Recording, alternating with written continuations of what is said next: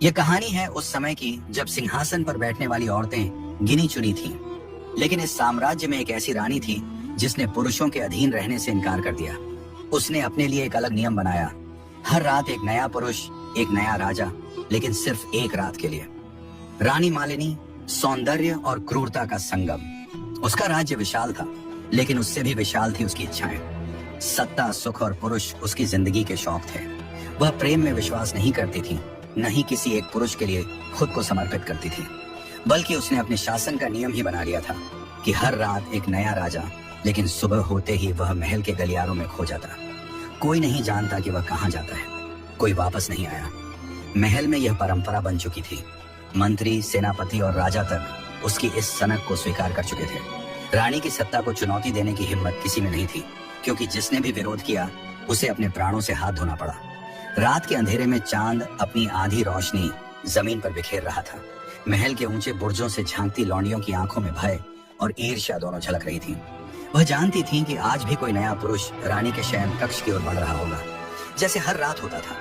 महल के सबसे बड़े दरबार कक्ष में भारी सिंहासन पर बैठी थी रानी मालिनी, अद्वितीय सौंदर्य की मूरत, लेकिन उतनी ही निर्दयी और वासना की भूखी। उसके लंबे खुले बाल काली रात की तरह लहराते थे। आंखें किसी शिकारी बाघिन की तरह चमकती थी। उसके सामने घुटनों के बल झुका था युवराज विक्रम, एक और पुरुष जो इस रात उसकी इच्छाओं को पूरा करने के लिए चुना गया था। रानी ने अपने लंबे नाखूनों से विक्रम की ठुड्डी ऊपर उठाई, उसकी आंखों में गहरी झांका और हल्की हंसी हंसी। आज रात के लिए राजा तुम हो। उसकी आवाज रेशम जैसी कोमल, लेकिन तलवार जैसी धारदार थी। दरबार में बैठे वजीर, मंत्री और सैनिक सब इस खेल के अभ्यस्त थे। यह कोई प्रेम नहीं था, यह केवल रानी की भूख थी। हर रात वह किसी नए पुरुष को अपने कक्ष में बुलाती थी और अगली सुबह वह बस एक और नाम बनकर रह जाता था। विक्रम जानता था कि यह एक सम्मान है, लेकिन वह यह भी जानता था कि यह रानी की क्रूरता का प्रतीक है, क्योंकि रानी किसी एक पुरुष की नहीं होती थी, बल्कि हर पुरुष उसकी एक रात की जागीर मात्र था। विक्रम ने एक पल को अपने भाग्य को सराहा, लेकिन अगले ही पल उसकी रूह कांप गई, क्योंकि वह जानता था कि जब तक यह रात खत्म होगी वह भी उन अनगिनत पुरुषों की तरह बस रानी के भोग का एक और टुकड़ा बन चुका होगा। महल के गलियारों में रेशमी पर्दे लहरा रहे थे और हवा में चंदन और केसर की सुगंध घुली थी। दासियां धीमी चाल से चलती, लेकिन उनकी नजरें झुकी रहती। कोई भी सीधे रानी की आंखों में देखने का साहस नहीं करता था। और जब दरवाजे बंद हुए तो पूरा महल जानता था कि रानी मालिनी की भूख एक बार फिर किसी पुरुष को निगलने वाली थी। शयन कक्ष में रेशम के पर्दे लहराते थे। मोमबत्तियों की हल्की रोशनी में रानी का रूप किसी अप्सरा की तरह दमक रहा था। उसकी आंखों में एक अजीब सी चिंगारी थी, एक ऐसी आग जो बुझती नहीं थी, बल्कि हर रात और तेज हो जाती थी। विक्रम हिम्मत जुटाकर रानी की ओर बढ़ा। उसके मन में एक अजीब सा डर था, लेकिन वह जानता था कि आज की रात उसके भाग्य में लिखी जा चुकी थी। रानी ने उसे अपनी ओर खींचा और धीमे स्वर में बोली, तुम्हें पता है कि मैं क्या चाहती हूँ विक्रम? विक्रम ने सिर हिलाया, लेकिन कुछ कह नहीं पाया। रानी मुस्कुराई, मैं चाहती हूँ कि यह रात खत्म ही ना हो, कि मेरी प्यास कभी ना बुझे। लेकिन हर पुरुष की एक सीमा होती है, और जो सीमा से परे जाने की कोशिश करता है वह सुबह तक जीवित नहीं रहता। विक्रम का शरीर सिहर उठा। क्या इसका मतलब था कि पिछले सभी पुरुष? रानी ने उसे और पास खींचा। उसकी सांसें विक्रम के चेहरे पर महसूस हो रही थी। उसकी आंखों में एक अलग ही नशा था, एक ऐसी आग जिसे बुझाने के लिए हर रात एक नए पुरुष की जरूरत पड़ती थी। बाहर महल के गलियारों में पहरेदार खड़े थे, लेकिन किसी को इस शयन कक्ष में झांकने की हिम्मत नहीं थी। हर कोई जानता था कि रानी की प्यास पूरी करने की कोशिश में कई पुरुष अपनी जान गंवा चुके थे। विक्रम के माथे पर पसीना आ गया, लेकिन उसके पास कोई और रास्ता नहीं था। उसने खुद को रानी के हवाले कर दिया। शयन कक्ष की मध्यम रोशनी में विक्रम खड़ा था, लेकिन उसके पैर जैसे जड़ हो चुके थे। सामने खड़ी रानी मालिनी की आंखों में एक अजीब सा आकर्षण था, एक सम्मोहन जो किसी को भी अपने जाल में फंसा सकता था। लेकिन विक्रम जानता था कि यह सिर्फ वासना नहीं थी, यह कुछ और था, कुछ ऐसा जो अब तक किसी ने समझने की कोशिश नहीं की थी। महल के गलियारे वीरान थे। दासियां पहले ही अपने कक्षों में लौट चुकी थी। पहरेदारों को आज्ञा थी कि इस समय कोई भी इस हिस्से में न आए। यह रानी का नियम था, जिसे तोड़ने का साहस कोई नहीं करता था। और आज रात इस महल में एक और पुरुष था जो रानी की इच्छाओं को पूरा करने के लिए चुना गया था। विक्रम को यह सम्मान मिला था, लेकिन यह सम्मान था या शाप, यह अब तक कोई नहीं जानता था। महल में तरह तरह की अफवाहें थीं।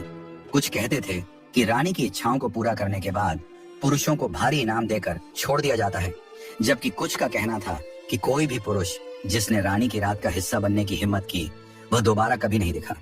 विक्रम ने हल्की आवाज में कहा, महारानी, मैं आपका सेवक हूँ। रानी मुस्कुराई। उसकी मुस्कान में एक अजीब सा भाव था, जैसे कोई शिकारी अपने शिकार को देखता हो। उसने विक्रम की ओर कदम बढ़ाए और धीरे धीरे उसके चेहरे को अपने नाखूनों से सहलाया। उसकी आंखों में लालसा थी, लेकिन उसके होंठों पर एक राज छिपा था। सेवक नहीं विक्रम, उसने फुसफुसाकर कहा, आज की रात के राजा हो तुम, लेकिन याद रखना यह राजपाट सुबह होते ही खत्म हो जाएगा। विक्रम के भीतर अजीब सी बेचैनी थी। क्या इसका वही मतलब था जो वह सोच रहा था? रानी धीरे धीरे विक्रम की ओर करीब आई। उसकी सांसें गर्म थीं और उसकी आंखों में एक ऐसी आग थी जो किसी को भी जला सकती थी। उसने विक्रम का हाथ पकड़कर उसे अपने करीब खींचा। विक्रम ने एक गहरी सांस ली। वह जानता था कि उसके पास कोई दूसरा रास्ता नहीं था। उसने अपने हाथ रानी की कमर के इर्द गिर्द लपेटे और उसे अपनी ओर खींच लिया। रानी ने हल्की मुस्कान दी, लेकिन उसकी आंखों में कुछ ऐसा था जो विक्रम को बेचैन कर रहा था। क्या तुम डर रहे हो विक्रम? रानी ने फुसफुसाकर पूछा। विक्रम ने सिर हिलाया। नहीं महारानी। रानी ने उसकी ठुड्डी को ऊपर उठाया। झूठ मत बोलो, मैं तुम्हारी धड़कनों को सुन सकती हूँ। तुम्हें पता है कि सुबह क्या होगा, है ना? विक्रम की सांसें तेज हो गईं। वह कुछ बोलना चाहता था, लेकिन उसके शब्द गले में अटक गए। रानी मुस्कुराई और धीरे धीरे अपने होठों को विक्रम के होठों के करीब लाने लगी। रात धीरे धीरे बीत रही थी। विक्रम और रानी के बीच जो कुछ भी हुआ वह किसी को पता नहीं था, लेकिन जैसे जैसे रात गहरी होती गई, महल के बाहर खड़े पहरेदारों की आंखों में चिंता झलकने लगी। एक पहरेदार दूसरे से फुसफुसाया, क्या तुम्हें लगता है कि यह आदमी भी पिछले लोगों की तरह गायब हो जाएगा? दूसरे ने सिर हिलाया। मुझे नहीं पता, लेकिन अब तक कोई भी बच नहीं पाया है। महल में काम करने वाली कुछ दासियां भी इस रहस्य से वाकिफ थीं। वे जानती थीं कि हर रात रानी के पास एक नया पुरुष जाता था, लेकिन कोई भी अगली सुबह जीवित नहीं देखा गया। कुछ ने कहा कि रानी उन्हें मार देती थी, कुछ का मानना था कि वे किसी गुप्त मार्ग से भगा दिए जाते थे, और कुछ का कहना था कि वे किसी जादू के प्रभाव में आकर खुद गायब हो जाते थे। लेकिन असली सच क्या था, ये कोई नहीं जानता था। रात बीत गई। महल की खिड़कियों से सुबह की पहली किरणें झांक रही थीं। दासियां अपने अपने काम में लग गई थीं। पहरेदार सतर्क थे, लेकिन महल के भीतर अजीब सी खामोशी थी। विक्रम कहाँ था? महल के बाहर कुछ सैनिक खड़े थे। उनकी आंखों में बेचैनी थी। वे जानते थे कि सुबह होते ही रानी अपने शयन कक्ष से बाहर आएगी, लेकिन वे यह भी जानते थे कि जो भी पुरुष रात में अंदर गया था वह सुबह तक गायब हो चुका था। महल के कुछ दासियों ने फुसफुसाकर कहा, शायद वह भी। रानी धीरे धीरे अपने कक्ष से बाहर आई। उसकी चाल में वही ठहराव था, वही आत्मविश्वास, वही रहस्य, लेकिन उसके चेहरे पर संतोष झलक रहा था। विक्रम का कहीं कोई नामो निशान नहीं था। रानी के चेहरे पर वही मुस्कान थी जो हर सुबह होती थी। उसने अपने दरबारियों की ओर देखा और गहरी आवाज में कहा, दरबार शुरू किया जाए। किसी ने नहीं पूछा कि विक्रम कहाँ है। किसी ने यह जानने की हिम्मत नहीं की कि रात में क्या हुआ। यह महल का नियम था, लेकिन सवाल यह था कि विक्रम गया कहाँ? क्या वह मारा गया? क्या उसे किसी गुप्त मार्ग से बाहर निकाल दिया गया? या फिर कोई और रहस्य था जो अब तक किसी को नहीं पता था? सुबह की पहली किरण महल की ऊंची दीवारों से टकराकर अंदर झांक रही थी। ठंडी हवा महल के गलियारों में सरसराहट पैदा कर रही थी। पहरेदार अपने अपने स्थानों पर तैनात थे, लेकिन हर किसी के मन में एक ही सवाल था, विक्रम कहाँ गया? हर सुबह की तरह रानी मालिनी अपने शयन कक्ष से बाहर आई। उसकी आंखों में वही ठहराव था, वही आत्मविश्वास, वही रहस्यमयी मुस्कान। जैसे कि कुछ हुआ ही ना हो, लेकिन इस बार कुछ अलग था। महल के लोगों की बेचैनी बढ़ रही थी। राजसभा के लिए तैयारियां की जा रही थी, लेकिन इस बार कुछ नौकरानी और सैनिक फुसफुसा रहे थे। हर बार कोई ना कोई पुरुष रानी के कक्ष में जाता है और फिर गायब हो जाता है, एक दासी ने धीरे से कहा। लेकिन इस बार मामला कुछ अजीब है, पहरेदार ने जवाब दिया। विक्रम कोई साधारण पुरुष नहीं था, वह एक योद्धा था। अगर उसके साथ कुछ हुआ होगा तो हमें सबूत जरूर मिलेगा। दोपहर होते होते महल में एक अजीब हलचल मच गई। रानी के सबसे वफादार मंत्री चंद्रसेन दरबार में उपस्थित थे। वह वर्षों से रानी के राज के बारे में जानते थे, लेकिन कभी कुछ कहने की हिम्मत नहीं कर पाए। आज उनका चेहरा उतरा हुआ था। महारानी, उन्होंने झुककर कहा, विक्रम का क्या हुआ? रानी मुस्कुराई। उसने ठंडी आवाज में कहा, राजा की रात खत्म हो चुकी है मंत्री जी, उसके बाद का समय हमारा नहीं होता। मंत्री जी के होंठ सूख गए। उन्होंने आगे कुछ कहने की हिम्मत नहीं की, लेकिन महल के कुछ सैनिकों ने कानाफूसी शुरू कर दी थी। क्या हमें महल के तहखाने की जांच करनी चाहिए? एक सैनिक ने धीमे से कहा। अगर हमें रानी ने देख लिया तो हम भी गायब हो जाएंगे, दूसरे ने जवाब दिया। लेकिन इस बार कुछ अलग था। इस बार कोई चुप नहीं बैठा। रात होते ही महल की ऊंची दीवारों के पीछे कुछ अजीब घटनाएं होने लगी। एक पहरेदार ने ध्यान दिया कि रानी के कक्ष के पीछे के दरवाजे से कुछ सेवक बाहर जा रहे थे। उनके हाथों में भारी संदूक थे। ये संदूक कहाँ ले जाए जा रहे हैं? पहरेदार ने सोचा। वह चुपचाप उनके पीछे गया। संदूक महल के तहखाने की ओर ले जाए जा रहे थे। पहरेदार ने छिपकर देखा और जो उसने देखा उसने उसकी आत्मा को झकझोर दिया। तहखाने के अंदर कई संदूकों को एक कमरे में रखा गया था। जब नौकरों ने एक संदूक खोला तो पहरेदार की आंखें फटी की फटी रह गईं। उसमें मानव हड्डियां थीं। हर संदूक में हड्डियों का ढेर था। ये उन पुरुषों के अवशेष थे जो रानी के कक्ष में एक रात बिताने के बाद कभी नहीं लौटे। रानी हर रात पुरुषों को बुलाकर उनकी हत्या करवा देती थी और उनकी लाशें महल के तहखाने में दफना दी जाती थीं। पहरेदार को यकीन था कि अगर विक्रम भी मारा गया होता तो उसकी लाश भी यहीं होती, लेकिन संदूकों में विक्रम का कोई निशान नहीं था। इसका मतलब था कि विक्रम अभी भी जिंदा हो सकता था। पहरेदार ने चुपचाप तहखाने से बाहर निकलकर राजा चंद्रसेन को सूचना दी। अगर विक्रम जिंदा है तो हमें उसे ढूंढना होगा, चंद्रसेन ने कहा। लेकिन क्या रानी को इस बात की भनक लग चुकी थी? महल में हलचल मच गई थी। रानी के वफादार सैनिक अब चौकन्ने हो चुके थे। महल के कई हिस्सों में पहरा बढ़ा दिया गया था। विक्रम की खोज अब तेज हो चुकी थी। महल की अंधेरी रातों में अब साजिशों की फुसफुसाहट तेज हो चुकी थी। तहखाने में मिले उन संदूकों ने कई राज खोल दिए थे, लेकिन विक्रम का कोई निशान नहीं था। क्या वह बच गया था या उसे किसी और जगह कैद किया गया था? मंत्री चंद्रसेन और पहरेदार अब इस गुत्थी को सुलझाने के लिए हर मुमकिन कोशिश कर रहे थे। रानी मालिनी अभी भी उतनी ही निश्चिंत दिख रही थी, मानो उसे किसी बात की परवाह ही ना हो। लेकिन अंदर ही अंदर उसे भी इस बात का अंदाजा हो चुका था कि उसके महल के कुछ लोग अब उस पर भरोसा नहीं कर रहे थे। इसीलिए उसने अपने खास सिपाहियों को रात भर पहरा देने का आदेश दे दिया था। रात के तीसरे पहर जब महल के अधिकतर लोग सो चुके थे, चंद्रसेन और उसके कुछ वफादार सैनिक महल के सबसे गुप्त हिस्से की ओर बढ़े। तहखाने से भी नीचे जाने वाली सीढ़ियां थीं, जिनका इस्तेमाल कभी नहीं किया जाता था। एक बूढ़े नौकर ने बताया था कि वहां कुछ ऐसा छुपा था जिसे रानी के अलावा कोई नहीं जानता था। जैसे ही सैनिकों ने नीचे उतरना शुरू किया, एक अजीब सी गंध उनके नथुनों से टकराई। घुप अंधेरा था और दीवारों पर जलते हुए मशाल भी उस अंधकार को पूरी तरह मिटाने में असमर्थ थे। जब वे सबसे नीचे पहुंचे तो सामने एक बड़ा लोहे का दरवाजा था, जिस पर कई तरह के ताले लगे हुए थे। ये दरवाजा किसका है? चंद्रसेन ने फुसफुसाते हुए पूछा। यह वही जगह है जहां रानी ने कभी किसी को आने नहीं दिया, बूढ़े नौकर ने कहा। मुझे नहीं पता कि अंदर क्या है, लेकिन अगर विक्रम जिंदा हुआ तो शायद यहीं होगा। सैनिकों ने ताले तोड़ने शुरू किए और दरवाजा जैसे ही खुला, एक तेज हवा का झोंका अंदर से बाहर निकला। अंदर का नजारा देखते ही सबकी सांसें थम गईं। वहां विक्रम जिंदा था, लेकिन जंजीरों में जकड़ा हुआ। उसका शरीर जख्मी था और वह बमुश्किल अपनी आंखें खोल पा रहा था। विक्रम! चंद्रसेन आगे बढ़ा। विक्रम ने मुश्किल से अपनी गर्दन उठाई। तुम लोग यहाँ कैसे आए? उसकी आवाज कमजोर थी, लेकिन उसमें वही दृढ़ता थी जो एक योद्धा में होनी चाहिए।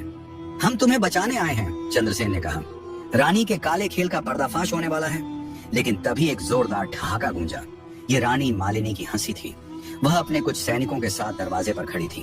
उसकी आंखों में एक क्रूर चमक थी। तुम लोग वाकई समझते हो कि मुझे हराया जा सकता है? उसने हंसते हुए कहा। विक्रम को यहाँ से निकालना आसान नहीं होगा, और अगर किसी ने मुझे धोखा देने की कोशिश की तो उसकी लाश भी उन हड्डियों के ढेर में शामिल हो जाएगी।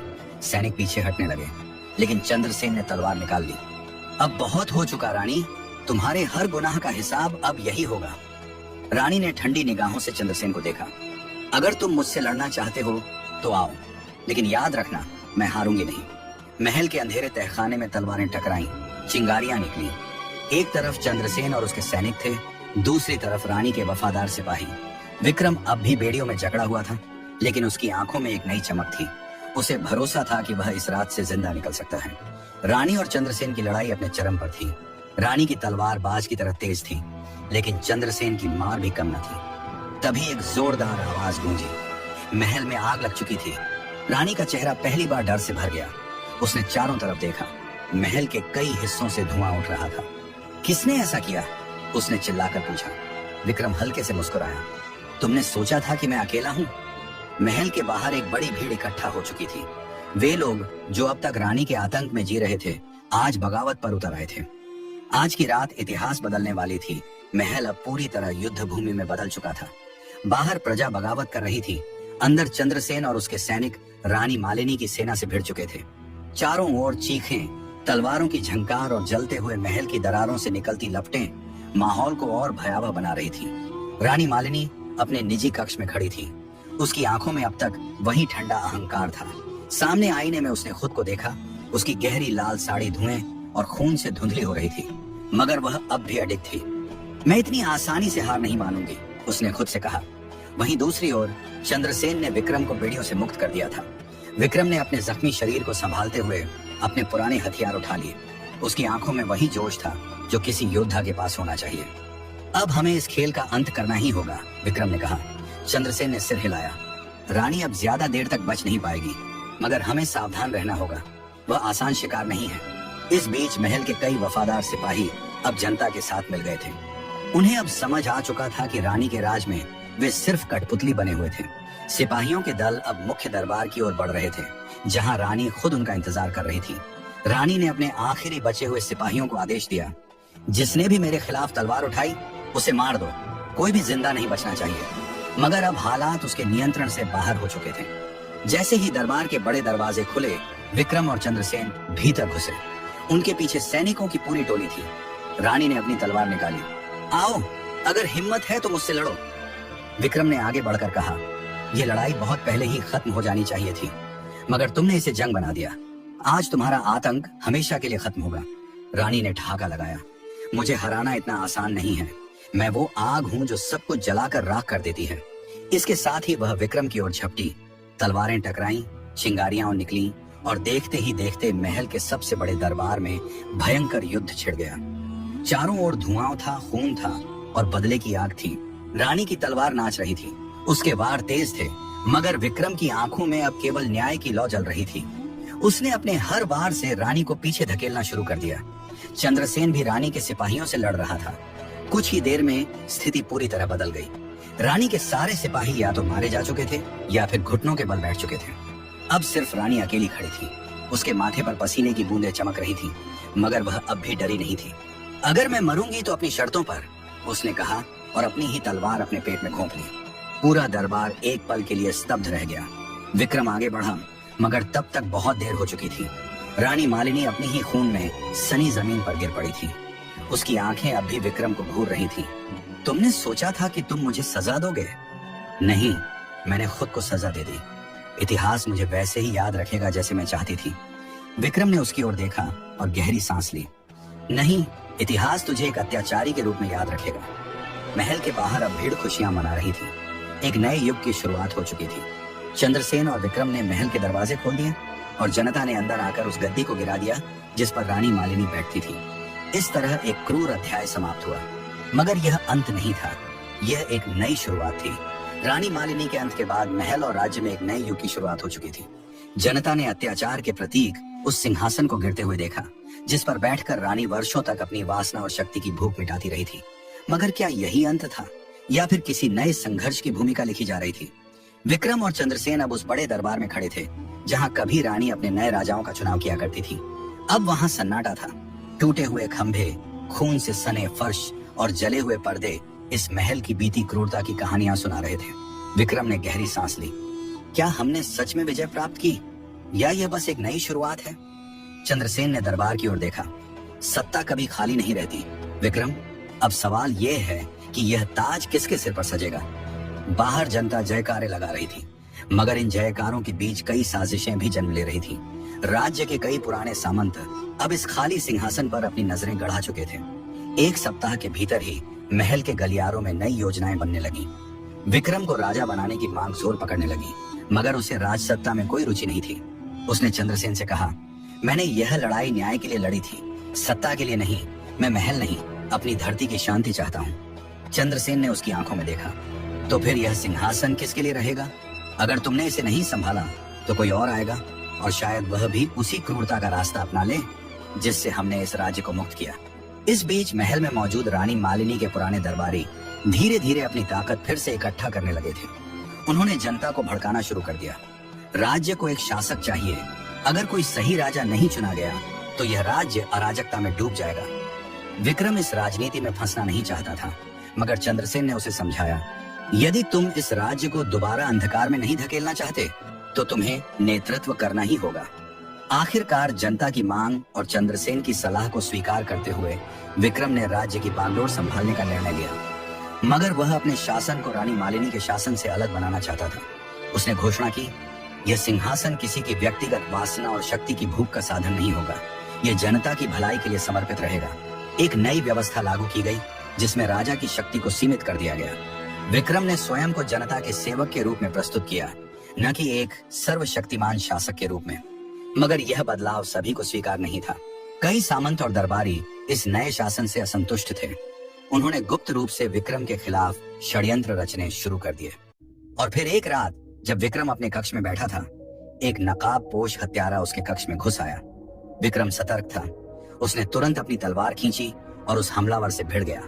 तलवारें टकराईं, मगर अंततः विक्रम ने उसे पछाड़ दिया। जब उसने उस नकाबपोश का चेहरा हटाया तो यह देख वह चौंक उठा। यह कोई और नहीं बल्कि रानी मालिनी का पुराना विश्वास पात्र सेनापति था। तुम्हें लगा कि यह राज्य तुम्हें इतनी आसानी से स्वीकार कर लेगा? सेनापति ने हंसते हुए कहा, यह राज्य हमेशा सत्ता के खेल में उलझा रहेगा। तुम्हारी नैतिकता ज्यादा समय तक इसे बचा नहीं पाएगी। विक्रम ने उसकी बातों को अनसुना करते हुए उसे बंदी बना लिया, मगर उसे एहसास हो चुका था कि यह अंत नहीं था। यह सिर्फ एक नई यात्रा की शुरुआत थी।